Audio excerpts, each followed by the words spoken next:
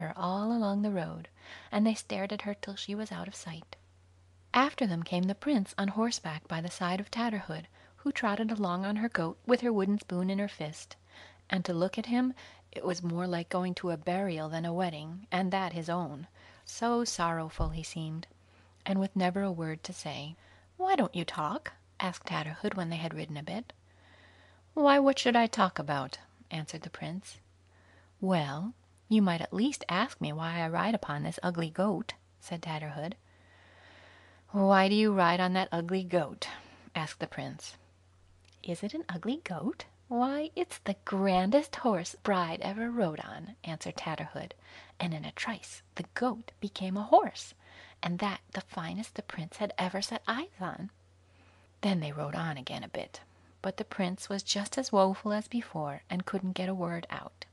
So Tatterhood asked him again why he didn't talk, and when the prince answered he didn't know what to talk about, she said, "You can at least ask me why I ride with this ugly spoon in my fist." "Why do you ride with that ugly spoon?" asked the prince. "Is it an ugly spoon?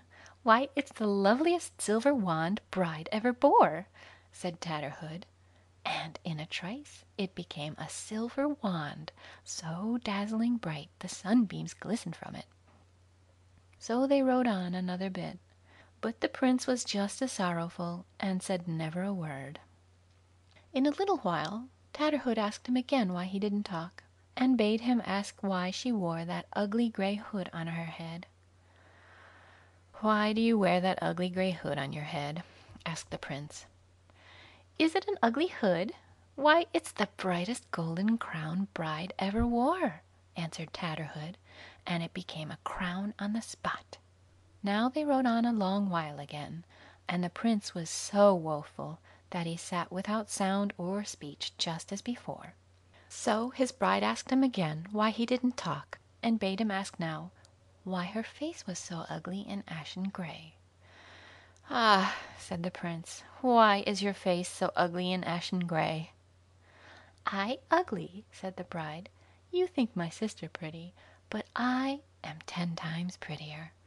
And lo, when the prince looked at her, she was so lovely he thought there never was so lovely a woman in all the world.